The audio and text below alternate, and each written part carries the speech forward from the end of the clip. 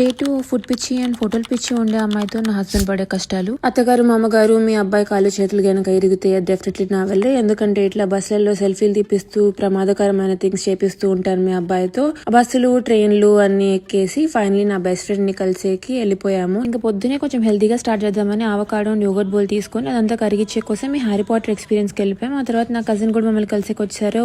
ఇంక Harry Potter experience లో ఏదో 1 year olds లా ఫీల్ అయిపోయి బటర్ బియర్ ఏదో తాగేసి మూతికంతా పూసేసుకొని అప్పటికే ఇంకా ఆకలి దంచేస్తుంది. పార్క్ లో ఏదో చూసేసి వెంటనే ఇంకా క్యాంప్డన్ మార్కెట్ కి బయలుదేరాం. ఇక్కడ మేము ముగ్గురం కలిసి ఒక నాన్ వెజ్ ఐటమ్, ఈయనేమో ఒక్కడే సింగిల్ హ్యాండెడ్ గా ఒక వెజ్ ఐటమ్ తీసుకున్నాం. ఆ తర్వాత నేను ఒక ఫేమస్ ఇన్స్టాగ్రామ్ లో ఒక స్పాట్ చూస్తే ఆ ప్లేస్ కి పరిగెత్తుకుంటూ వెళ్ళిపోయాను. ఏదో 3-4 layers వేసి ఓవర్ యాక్షన్ చేస్తుంటే చాలా బాగుంటదేమో టేస్ట్ అనుకున్నాను.